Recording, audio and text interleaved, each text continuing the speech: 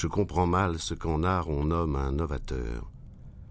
Par les générations futures, une œuvre devrait être comprise. Mais pourquoi?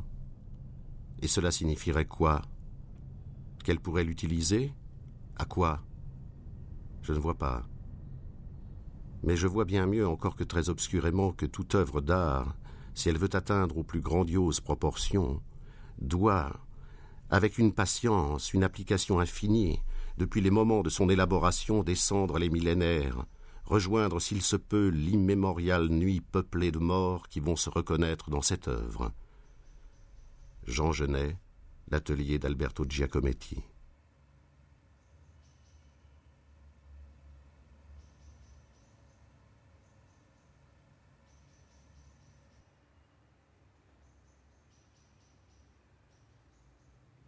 Ce qui m'intéresse le plus dans une tête, enfin toute la tête m'intéresse, mais je crois maintenant qu'il faudrait arriver à construire le plus précis possible l'œil. Et que si j'avais ça, si j'avais la racine du nez, le départ des yeux, quoi, la courbe même de l'œil, tout découlerait de là. Très émouvant d'entendre la voix d'Alberto, intense, âpre. Et dans ces quelques phrases, il résume, il me semble, toute son aventure et sa recherche. Aventure et recherche qu'il disait être à fond perdu. Je ne pense pas qu'on puisse dire à fond perdu, parce qu'il pensait toujours qu'il allait aboutir à quelque chose, en tout cas progresser. Simplement, son œuvre et sa démarche n'aboutissaient jamais à un résultat satisfaisant. Il était hors de question pour lui d'arriver à un bel objet, à un objet esthétique satisfaisant, à une sculpture. Ce qu'il aimait, c'était le trajet.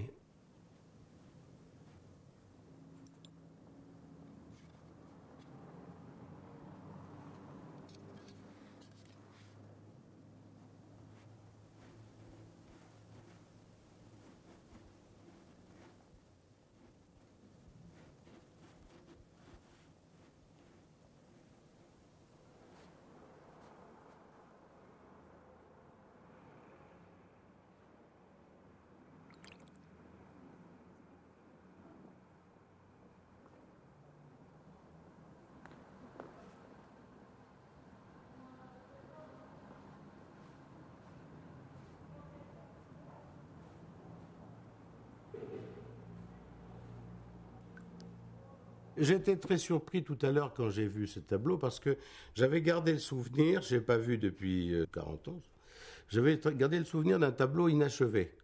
Et maintenant, il me semble achevé. Alors, il s'est achevé tout seul. Parce que là, il est parfait, je trouve. Il est vraiment achevé. Enfin, pour Alberto, il était tout à fait inachevé. Parce que quand il est parti pour l'hôpital de Coire, la dernière fois, il a laissé mes deux portraits contre le mur en disant quand je reviens, on va continuer. Et puis, il n'est pas revenu. Voilà, alors, vous avez le tableau. Même avec un modèle accidentel comme j'ai été, je crois que ce qu'il voulait, c'était créer une espèce de fascination pour qu'on ne puisse pas lui échapper. C'est comme si on était prisonnier, quelque chose. Alors, il voulait à la fois qu'on soit son prisonnier, sa proie, mais il voulait aussi qu'on lui oppose ce qu'on est soi. Il fallait rester soi, pas du tout avoir l'air de devenir un pantin manipulable. Il fallait garder sa personnalité tout en se donnant, enfin complètement, à sa prédation.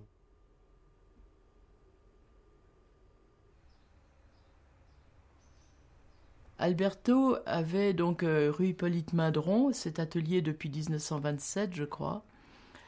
Et c'était minuscule. Je crois que l'atelier lui-même devait faire, je sais pas, 22 mètres, 23 mètres carrés. Quant à sa chambre où il habitait, elle faisait 17 mètres carrés. Mais c'était un homme qui, de toute façon, ne s'encombrait de rien. Il vivait d'une façon la plus simple qu'on puisse imaginer. Et quand je l'ai rencontré, j'ai tout de suite été d'abord séduite par l'atmosphère qui régnait dans cet atelier. Car il travaillait le plâtre, la terre. Cette terre séchait, il la grattait. Donc tout était couvert d'un voile gris.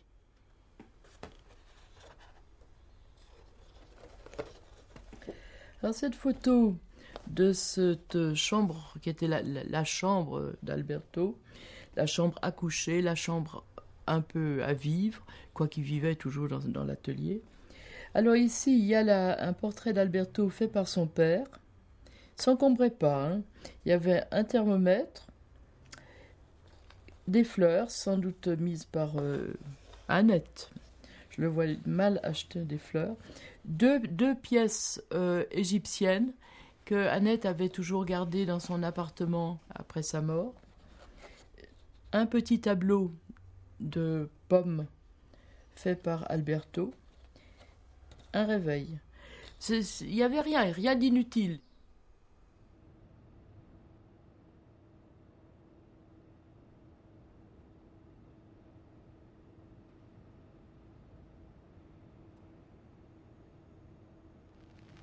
Pendant toute l'époque que j'allais à ce bordel, j'allais continuellement voir au Louvre et ailleurs, voir les sculptures, n'est-ce pas? J'ai copié depuis toujours, depuis l'enfance, absolument tout ce qui me tombait sur la main, tableaux et sculptures de toutes les époques. Et peu à peu, j'ai, je crois, été intéressé ou attiré à peu près par tout ce qu'on a fait.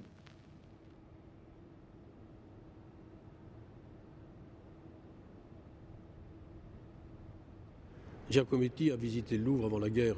Il connaissait absolument le Louvre par cœur, salle par salle, comme il dit. Après-guerre, entre 46 et 50, disons, avant que je ne parte à Grenoble, il y allait moins. Mais j'ai fait 3 ou 4 visites avec lui.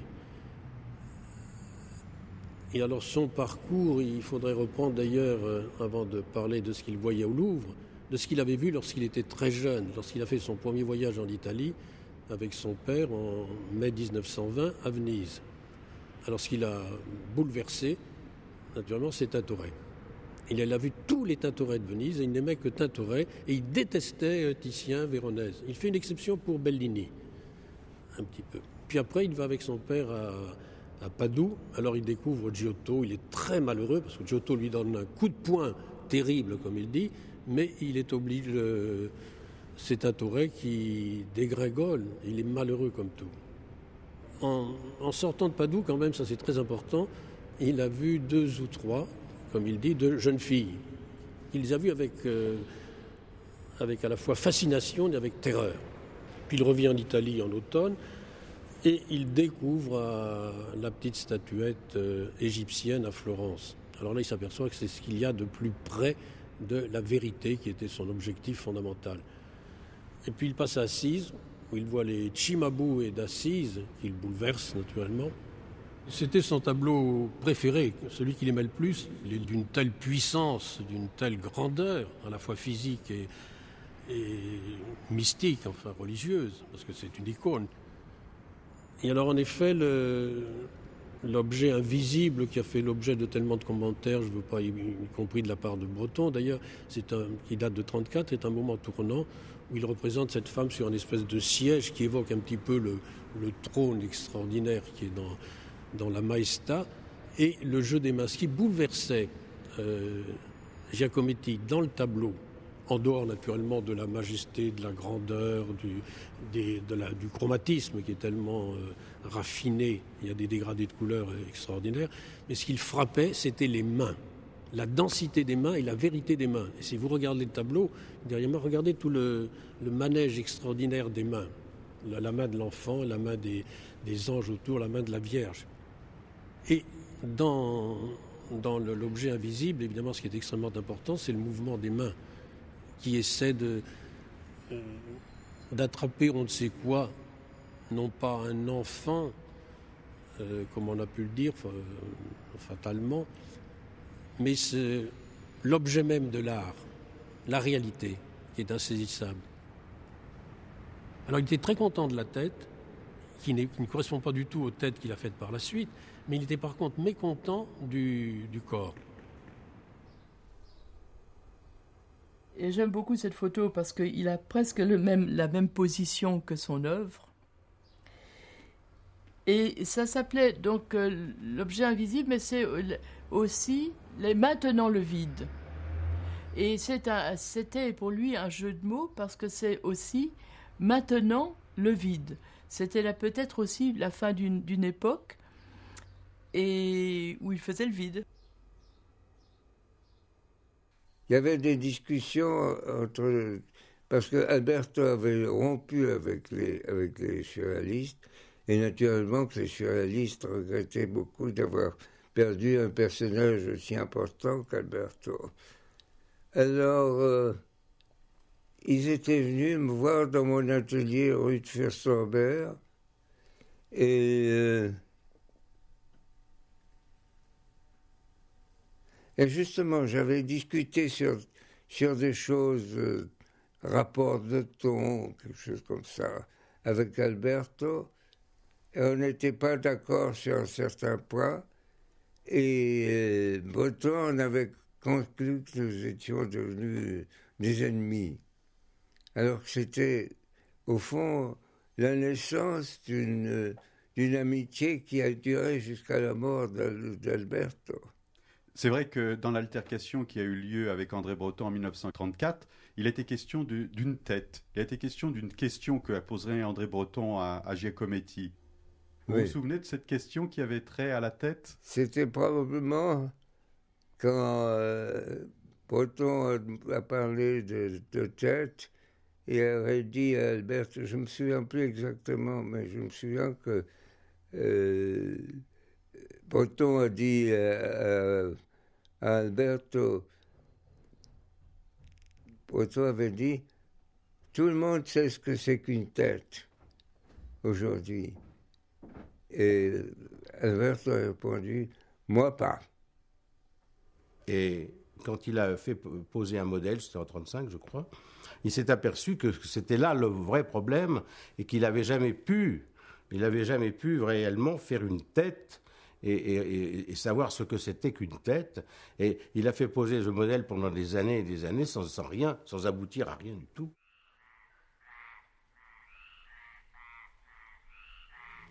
À l'académie, j'étais 5 ans, a fait la seconde année. Par hasard, je suis tombé sur un crâne qu'on m'a prêté. J'ai eu une telle envie de le peindre que je laissais tomber l'académie pendant tout l'hiver. J'ai passé tout l'hiver dans une chambre d'hôtel à peindre le crâne. Où je m'étais...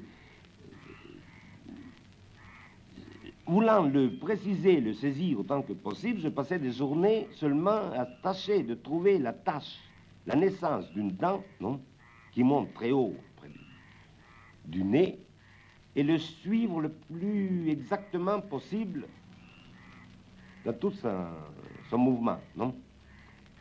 De manière que, si d'abord je voulais faire tout le crâne, cela me dépassait, j'étais réduit à peu près à faire la partie inférieure, c'est-à-dire la bouche, tout au plus, le nez, les orbites, et pas au-delà. Et encore aujourd'hui, je regrette de ne pas être allé au bout, et depuis, j'ai toujours envie de reprendre cela. Et alors là, peu à peu, d'avoir un crâne devant moi ou un personnage vivant, la différence devient minime. Un vaut à peu près l'autre. Alors il y avait une tête qui le fascinait ici au Louvre. C'est l'autoportrait du Tintoret que j'ai vu en effet avec lui. Ah là là, quelle tête! Tout de suite quand il arrivait devant. Là, il y a cette petite tête qui est réduite à la tête et un petit peu le buste. Et alors qu'il le bouleversait parce qu'il ne pouvait pas l'attraper, il ne pouvait pas la voir, il était à une distance infranchissable. Et en même temps, ce qu'il voyait, c'était le crâne, qui pour lui est fondamental, et le regard. Ce regard qui, avec l'orbite de l'œil, qui est tourné en dedans, et qui est plus fort pour lui que le regard de Rembrandt, qui est tourné vers l'extérieur. On revoit toujours dans ses carnets de dessin une tête, alors là, une tête qu'il ne cesse de croquer sous toutes ses coutures, c'est la tête du Gudea. Ah oui, ça, évidemment, l'art chaldéen, comme il disait, l'art sumérien était extrêmement important pour lui, parce que c'est des têtes encore plus fortes que les têtes romanes. C'est des têtes, c'est les têtes les plus fortes du Louvre.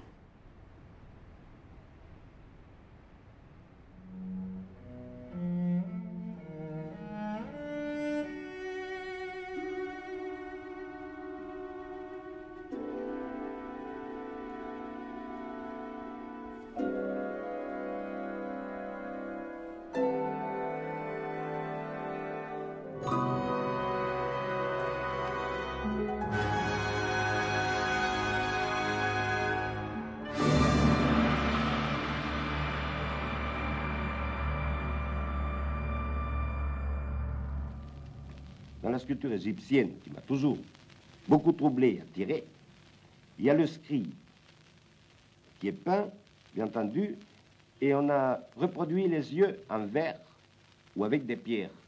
On a imité au plus près possible l'œil même. Mais le scribe ne vous regarde pas, il a un œil en verre. n'est-ce pas? Et cela me gêne, malgré l'admiration que j'ai pour le scribe, cela me gêne. Et alors, l'Égyptien qui a fait le scribe est évidemment infiniment plus fort et domine infiniment plus de choses que celui qui a fait la sculpture des Nouvelles Hébréides. Mais alors il se fait que celui qui a fait la sculpture des Nouvelles Hébréides, arrivant à donner le regard sans modeler l'œil, et que seul le regard compte, est beaucoup plus près de la réalité, de ce qu'il s'agit de faire, n'est-ce pas?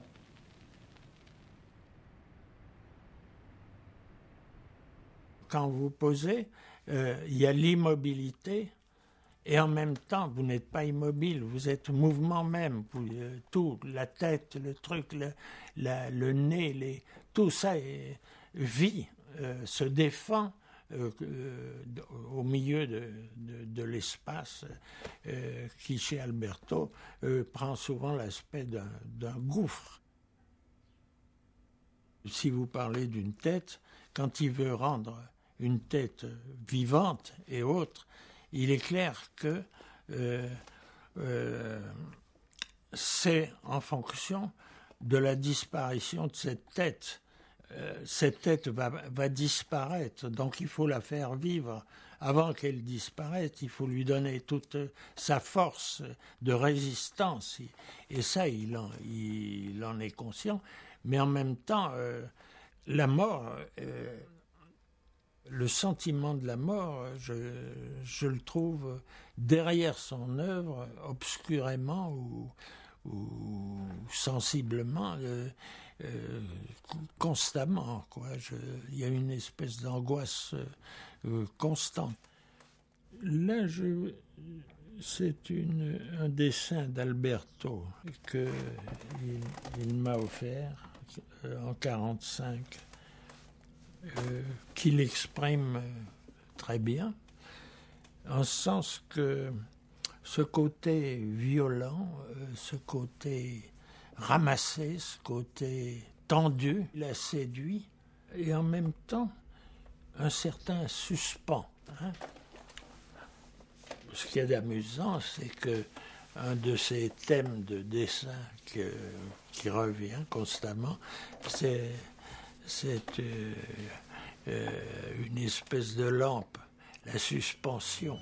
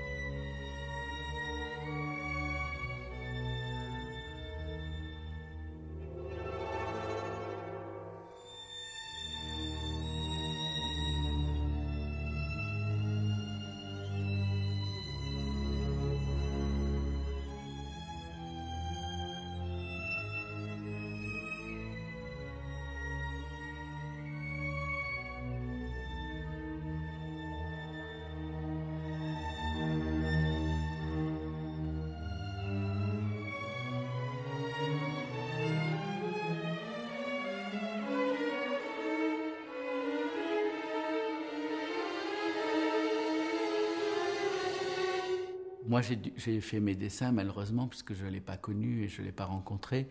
J'ai fait mes dessins à partir de photos.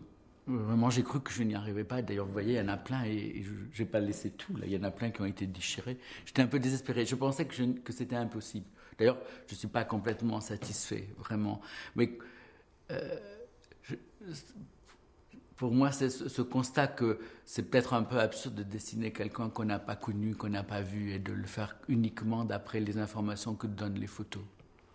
Au fond, je n'ai décidé de vous montrer un dessin, parce que j'allais renoncer à les montrer, que parce que paradoxalement, j'ai eu des photos, comment ça s'appelle, des photogrammes, des choses extraites d'un film, où du coup il n'est pas figé. Et alors malheureusement, elles sont minuscules, c'est ça. C'est Jean-Marie Drault qui m'a donné. Et du coup, j'ai une série où il n'y a pas cette chose à arrêter qu'il y a dans les photos.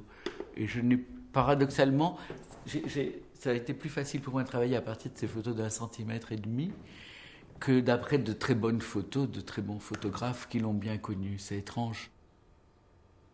Je suis humble justement par rapport à lui. Je ne me pose pas les mêmes questions. Je veux dire, mon dessin ne s'inscrit pas dans la même perspective.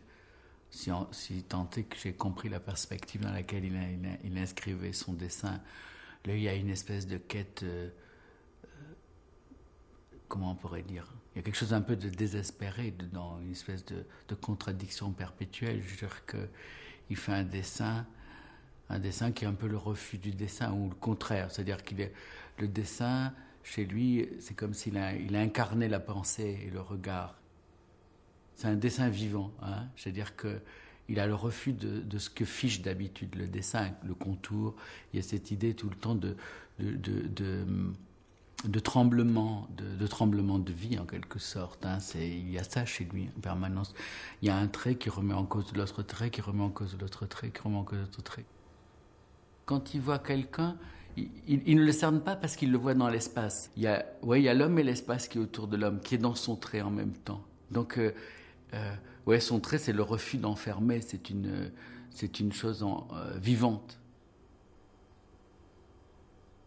Mes dessins, moi, n'existent que par rapport à l'espace réel dans lequel je vais les inscrire, et ils sont bâtis pour ça. C'est-à-dire qu'il y a l'espace qui détermine les corps dans mes dessins, est construit dans la perspective de l'inscription dans la rue des murs sur lesquels je vais les coller, de la façon dont on va les découvrir.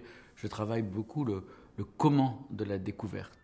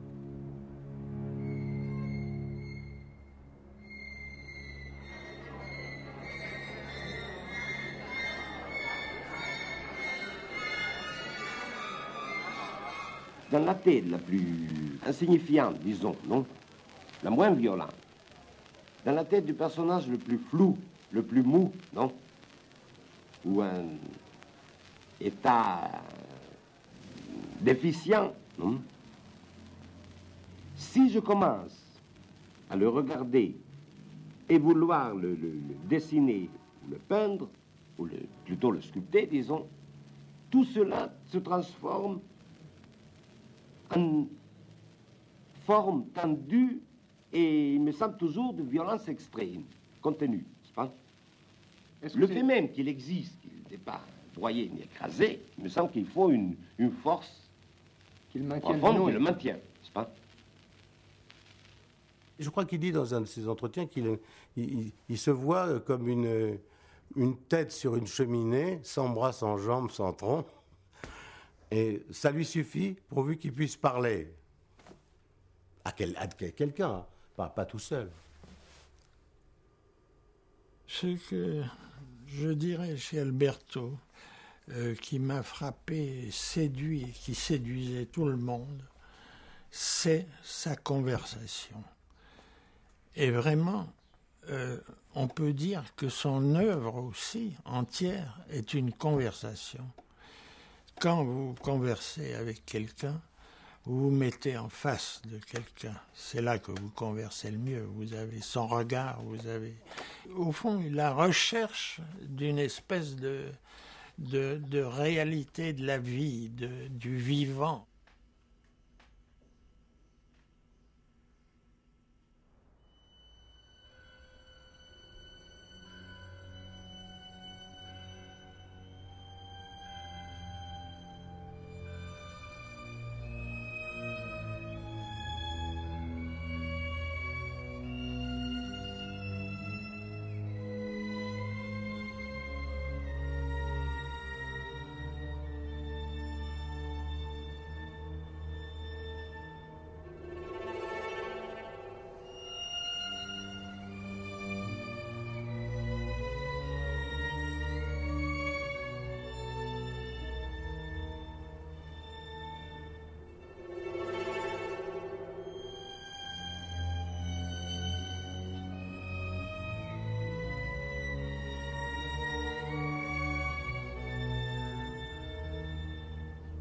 Il s'était installé à l'hôtel de Rives, où il travaillait. Je dois dire que j'ai été extrêmement surpris par son travail, parce qu'au fond, à ce moment-là, je vous dis, j'étais étudiant en lettres, et c'est l'époque où il faisait de toutes petites sculptures qui avaient à peu près la taille d'une allumette finalement, et puis là ça m'a troublé un peu. Il travaillait à ce moment-là, il a travaillé d'après un souvenir. Ce souvenir était un souvenir émotif aussi. C'est une amie qu'il avait abandonnée à Paris pour venir en Suisse et dont il était épris.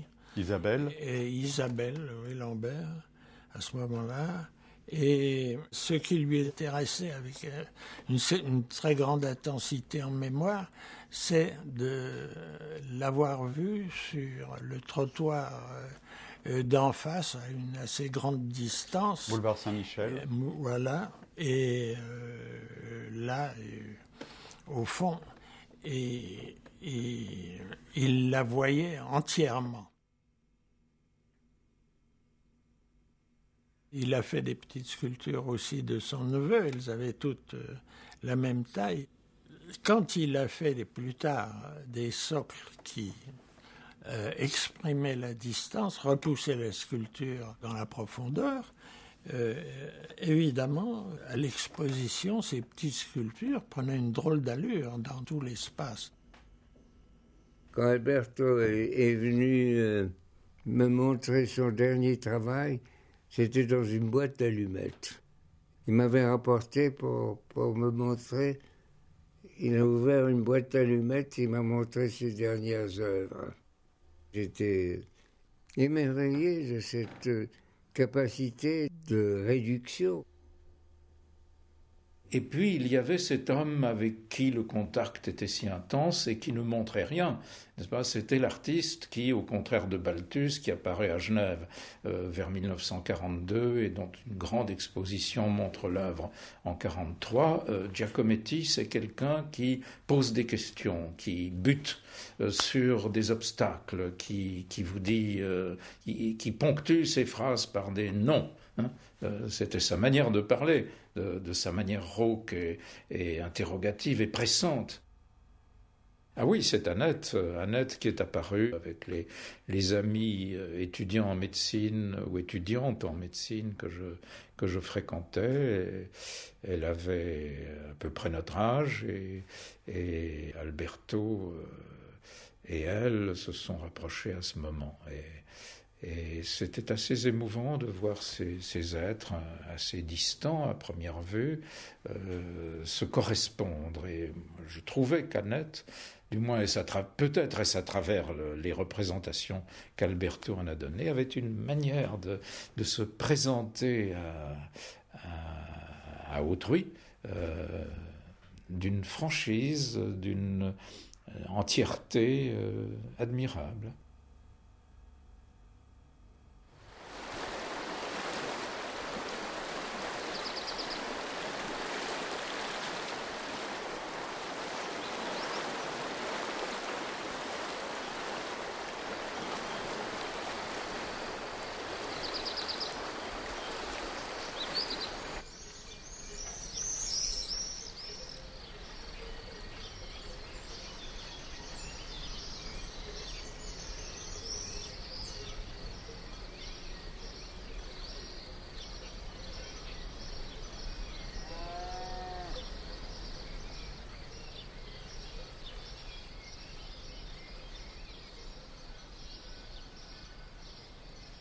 Ça, c'était une rencontre assez drôle parce que, oui, j'étais là comme jeune soldat, comme j'ai beaucoup dessiné, là, à l'hôtel où j'étais.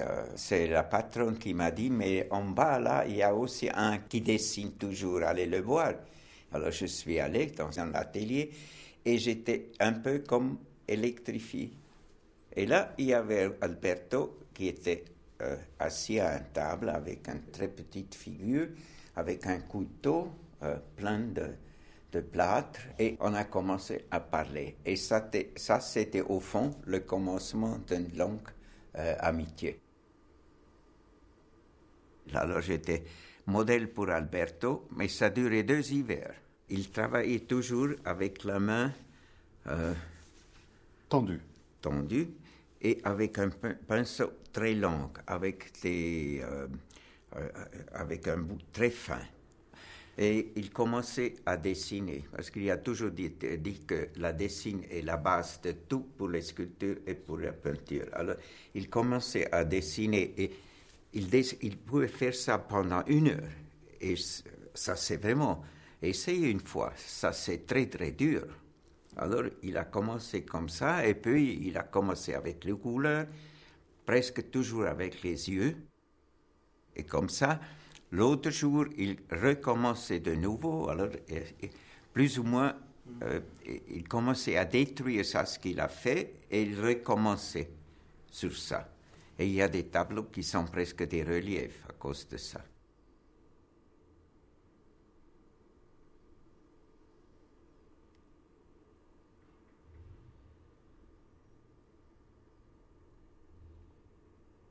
Et là, on voit la distance entre Alberto et Annette. C'est quasiment la distance presque, je dirais, réglementaire entre le modèle et oui, là, naturellement, ça c'était toujours aussi fixé. Il y avait toujours les points là pour le chaise et la chaise pour le modèle.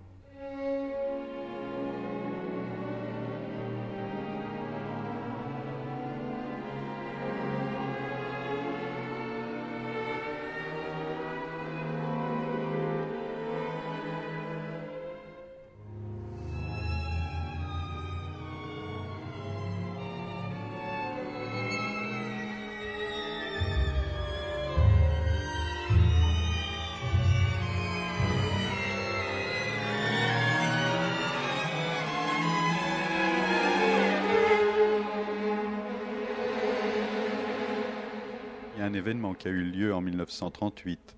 Il vous l'a relaté, cet événement? Il l'a raconté à plus d'un. Oui, et je ne sais pas si je n'ai pas entendu plusieurs versions et je ne sais pas sur laquelle je dois m'arrêter. C'est l'accident qui l'a blessé, la canne qu'il doit porter et en quelque sorte le bonheur qu'il a eu d'être soudain par l'accident délivré de certaines circonstances de sa vie et ainsi propulsé dans une nouvelle époque de son existence. Et il était très très content de boiter, Alberto, en tout cas. Il s'en réjouissait tout le temps. Quand il faisait 3 pas dans la rue, il aimait montrer qu'il boitait.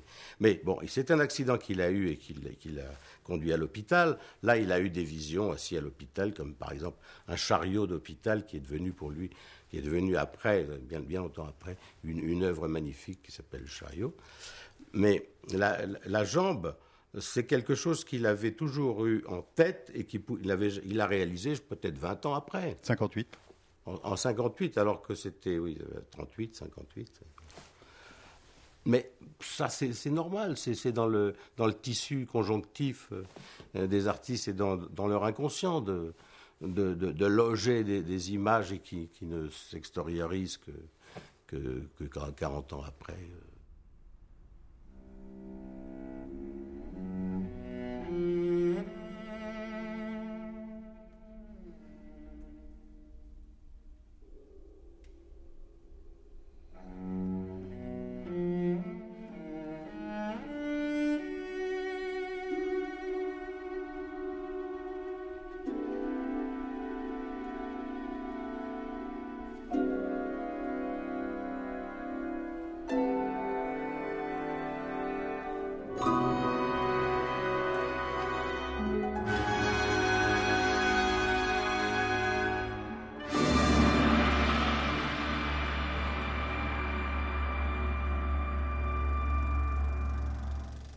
C'est passé après la guerre, d'ailleurs, c'est à peu près en 1945, je crois. Jusqu'à là, j'allais très souvent au cinéma avant la guerre. Je sortais du cinéma, je voyais la scène, je sortais, j'étais dans la rue, dans un café, il ne se passait rien. Il ne se passait rigoureusement rien. C'est-à-dire, il n'y avait aucune scission entre ma vision du monde extérieur et la vision de ce qui se passait sur la toile. L'un était la continuation de l'autre. Jusqu'au jour où il y a eu une véritable scission,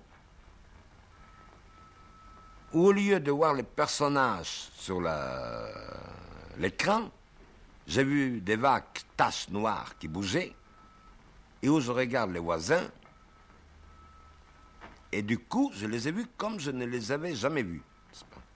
Le nouveau n'était pas ce qui s'est passé sur l'écran, c'est ceux qui étaient à côté de moi, n'est-ce pas? De ce jour-là, et je me rappelle très exactement, sortant boulevard Montparnasse, d'avoir regardé le boulevard comme je ne l'avais jamais vu, n'est-ce pas? Tout était autre. Et la profondeur, et les objets, et les couleurs, et le silence, n'est-ce pas? Parce que ça jouait, c'était le film parlant, n'est-ce pas? Où tout me semblait autre et tout à fait nouveau. Donc, il y avait la curiosité d'en voir davantage. C'était, si vous voulez, une espèce d'émerveillement continuel de n'importe quoi.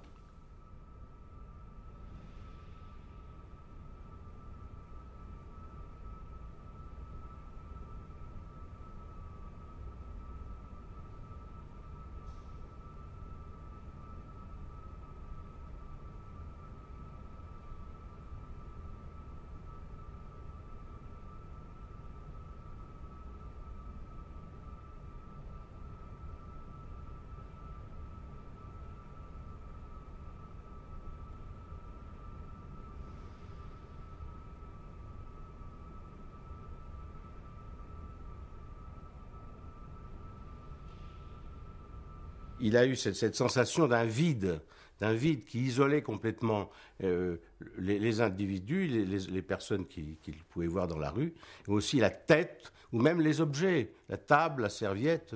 Il dit d'une serviette qu'elle avait l'air une serviette chez lui posée sur la chaise, qu'elle avait l'air de flotter sur le vide, que les tabourets dans les guéridons de bistrot avaient l'air aussi de flotter, etc. Et que le garçon de café s'arrêtait tout d'un coup, il était complètement immobilisé, tout en versant la boisson qu'il avait commandée. Et c'était pour lui une révélation qui a complètement modifié sa vision et sa façon d'aborder le modèle et de retrouver devant la tête un mystère insoluble.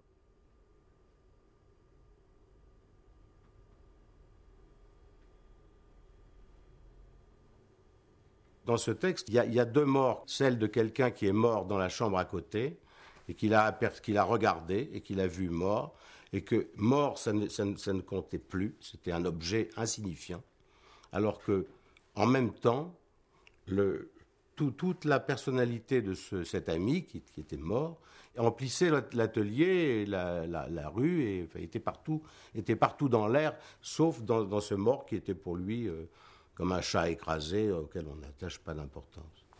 Et c'était une référence aussi. Ça lui fait penser aussi à un autre mort qui était celui qu'il avait, avec lequel il a fait un voyage en Italie et qui est mort à ses côtés, enfin aussi dans des circonstances. C'était toujours des gens âgés qui étaient morts. Et cette sensation de la mort qui habitait pour lui aussi bien les vivants que plus les vivants que les morts, l'obsédait continuellement. Si bien que, par exemple, il ne pouvait pas dormir dans sa chambre sans lumière. Il ne supportait pas la nuit dans la chambre.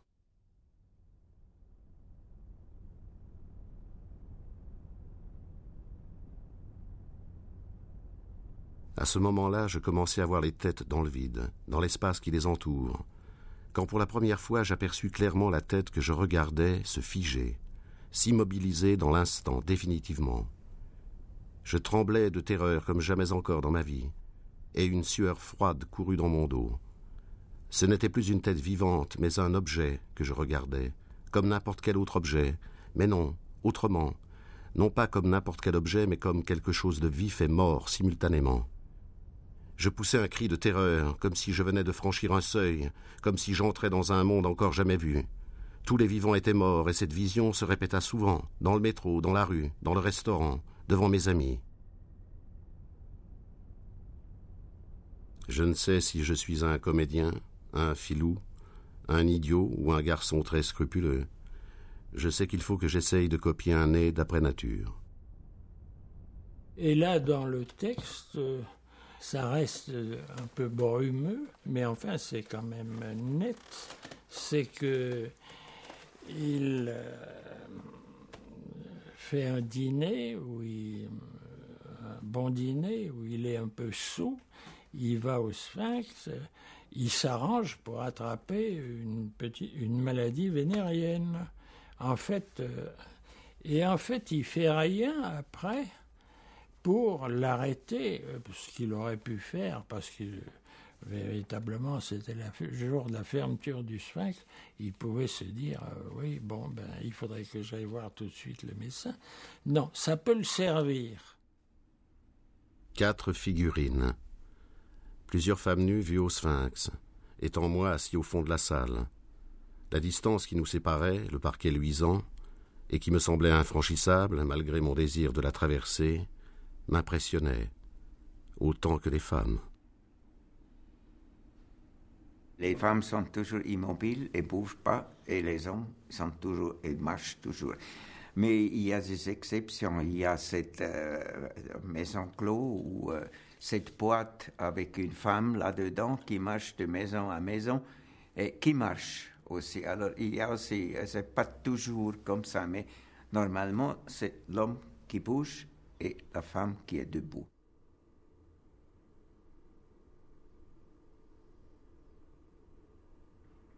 Alberto cherche à faire ressemblant. Il a une idée de la ressemblance, mais c'est une idée très particulière. Ça n'est pas la ressemblance photographique, oui, ou anecdotique ou autre.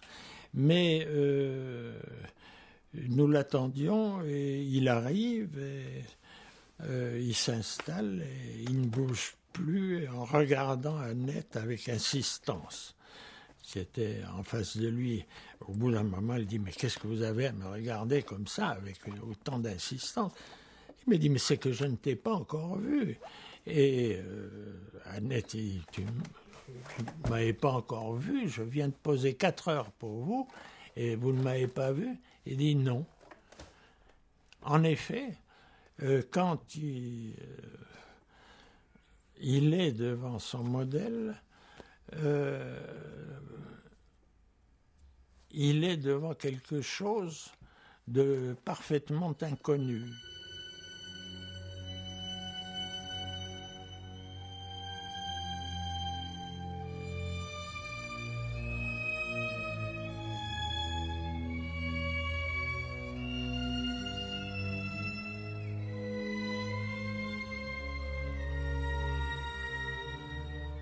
Lui, il était parfait. Il pouvait être sans bouger pendant des heures, comme un soldat, comme ça, tac. Il était pour modèle, il était idéal.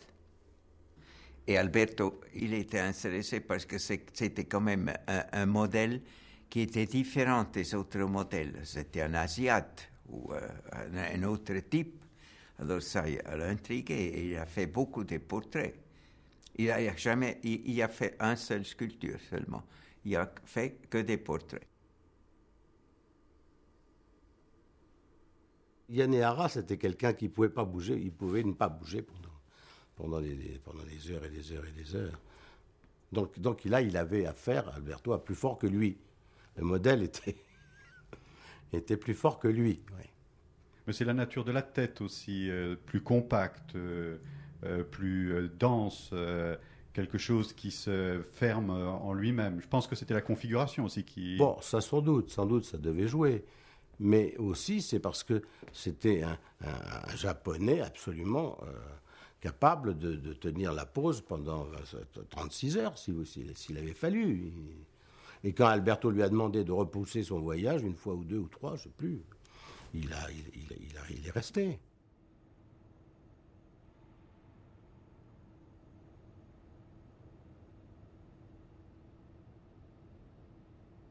La cage, c'est encore une histoire, les cages. C'est amusant. Ce besoin d'encager, quelquefois, et même de construire dans ces toiles des encadrements, quelquefois successifs et autres. Alors, je trouve ça pas bête du tout, parce que les cages, ça resserre. Quand une chose est encagée, évidemment, vous la regardez plus. S'il y a l'espace autour, bon, elle se perd un peu dans l'espace. Là, elle prend plus de consistance, hein.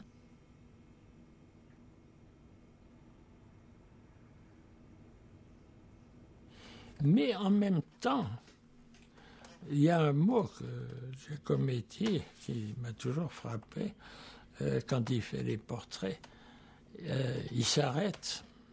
Ah, ça va pas. Dans le texte. Puis il dit, mais le lendemain, il dit, ah, mais là, il y a une ouverture. Il parle toujours d'ouverture. C'était ouvert, voilà.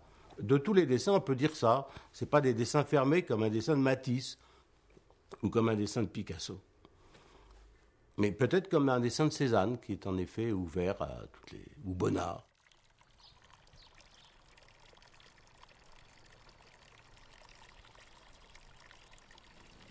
Si je veux tâcher de réaliser la chose qui m'est extérieure, dans la vue, disons, de modèle d'une femme, n'est-ce pas? Alors là, la question de la taille se présente tout à fait autrement, n'est-ce pas? Parce que je ne sais pas ce que je vais faire. La chose que je vois, je la ressens, je la vois, mais j'ignore complètement par quel moyen je pourrais la réaliser. Donc j'ai beaucoup de chance que je commence à me tromper pendant peut-être des années sur la taille, n'est-ce pas? Que pour rendre ce que je vois, la taille joue un rôle énorme, il suffit qu'on soit 5 cm au-dessus ou au-dessous pour y passer continuellement à côté. La distance se transformait pour lui en un artifice, ce n'est pas un artifice, mais en un volume, un pied volumineux qui marquait non seulement la distance, mais aussi la solitude, l'isolement de la figure. Elle est toujours vue d'un peu loin. Ou bien on étreint quelqu'un, ou bien on le voit d'un peu loin, c'est-à-dire petit, élongué, je ne parle pas mon nom, hein, mais comme à travers l'œuvre d'Alberto, et puis avec une distance infranchissable. La distance infranchissable, il la traduisait quelquefois par des socles allongés ou par des places où il y avait des petites figures qui se dressent, mais surtout par l'énormité des bases.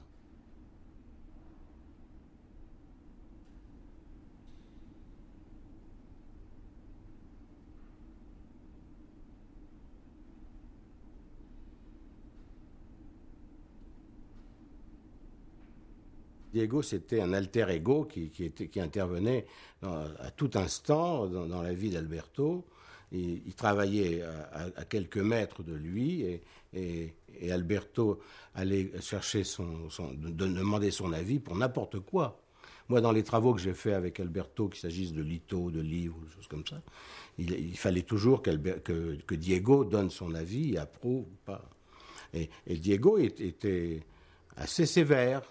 C'était comme un maître d'école qui disait à Alberto « Non, ça, il ne faut pas, ça, oui ».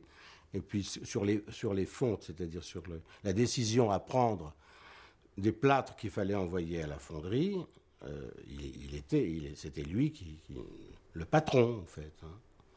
Et lui, il faisait les supports, il faisait après le plâtre, il faisait les moules, il faisait la patine. Il contrôlait la patine et tout ça. Et Alberto n'avait rien à faire avec ces choses. Et il était, au même temps, il était le modèle le plus important. S'il n'y avait personne, c'était Diego qui était aussi obligé, à côté du travail qu'il faisait pour son frère, aussi d'être modèle. Et c'était quand même le modèle le plus important dans le temps.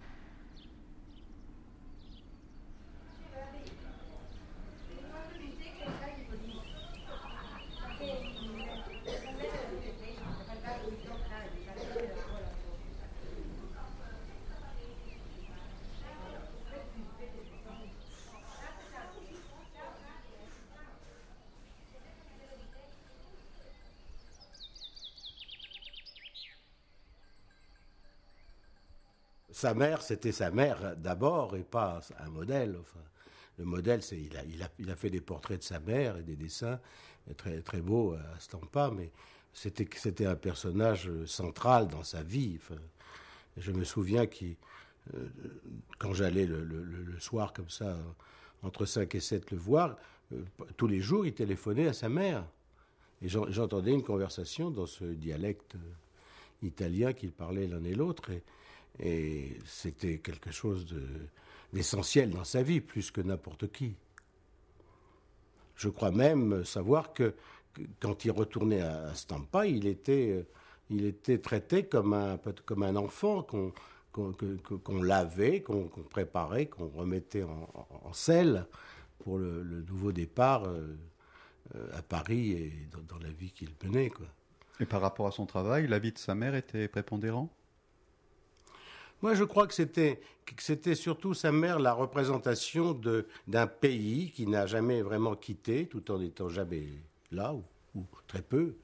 Et il avait besoin de ça, et la mère, c'était aussi bien la maison familiale que la montagne, que le paysage de Stampa, que l'obscurité sans soleil pendant l'hiver, et que la nature et les pierres dont il a parlé dans des textes qui ont compté beaucoup dans son enfance même.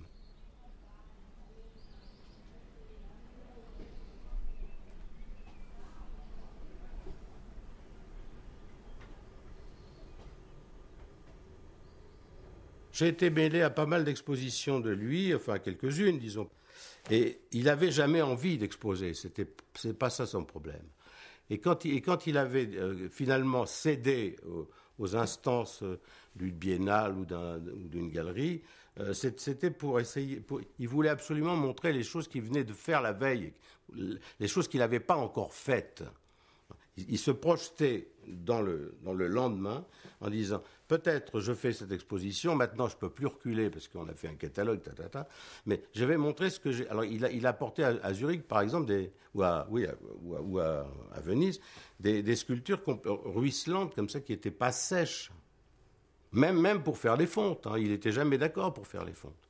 Mais il y avait toujours quand même des gens qui intervenaient autour de lui, ces marchands et Diego.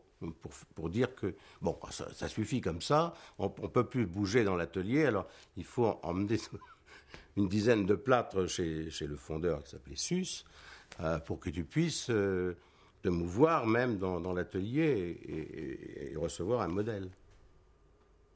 En principe, tu poserais pendant 1000 ans. Je suis persuadé d'avance que dans 1000 ans, je te dirai, tout est faux, mais je m'approche un petit peu.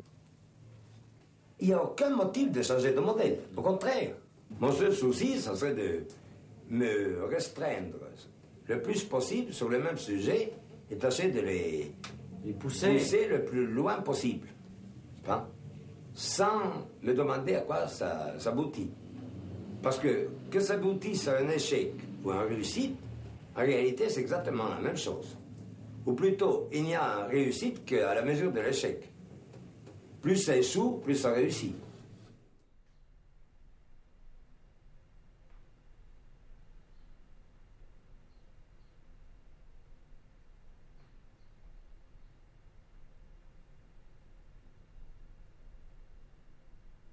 Croyait-il qu'il allait mourir? Oui, je pense, oui. Depuis 63, avec le cancer déclaré, et puis il a été très surpris, je crois, quand on lui a dit ça et qu'on l'a opéré une première fois. Je crois qu'il pensait qu'il allait mourir. Il me l'a dit, oui. Mais pas aujourd'hui. Dans 100 000 ans. C'est repousser le terme, c'est-à-dire c'est le nier, l'annuler, quoi. Il n'y avait pas de terme.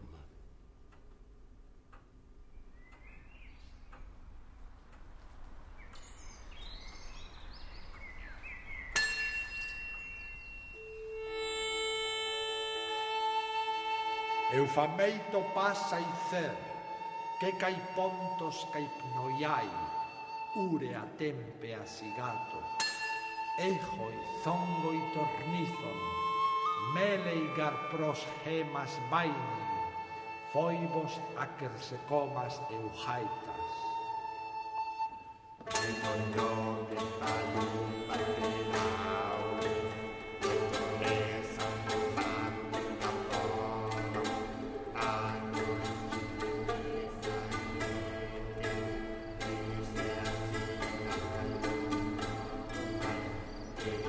Étant enfant, entre 4 et 7 ans, je ne voyais du monde extérieur que les objets qui pouvaient être utiles à mon plaisir. C'était avant tout des pierres et des arbres, et rarement plus d'un objet à la fois. Je me rappelle que pendant 2 étés au moins, je ne voyais de ce qui m'entourait qu'une grande pierre, qui se trouvait à environ 800 mètres du village. Cette pierre et les objets qui s'y rapportaient directement. C'était un monolithe d'une couleur dorée, s'ouvrant à sa base sur une caverne. Tout le dessous était creux, l'eau avait fait ce travail. L'entrée était basse et allongée, à peine aussi haute que nous à cette époque. Par endroits, l'intérieur se creusait davantage, jusqu'à sembler former tout au fond une seconde petite caverne. Ce fut mon père qui un jour nous montra ce monolithe, découverte énorme. Tout de suite, je considérais cette pierre comme une amie, un être animé des meilleures intentions à notre égard, nous appelant, nous souriant. comme quelqu'un qu'on aurait connu autrefois, aimé, et qu'on retrouverait avec une surprise et une joie infinie.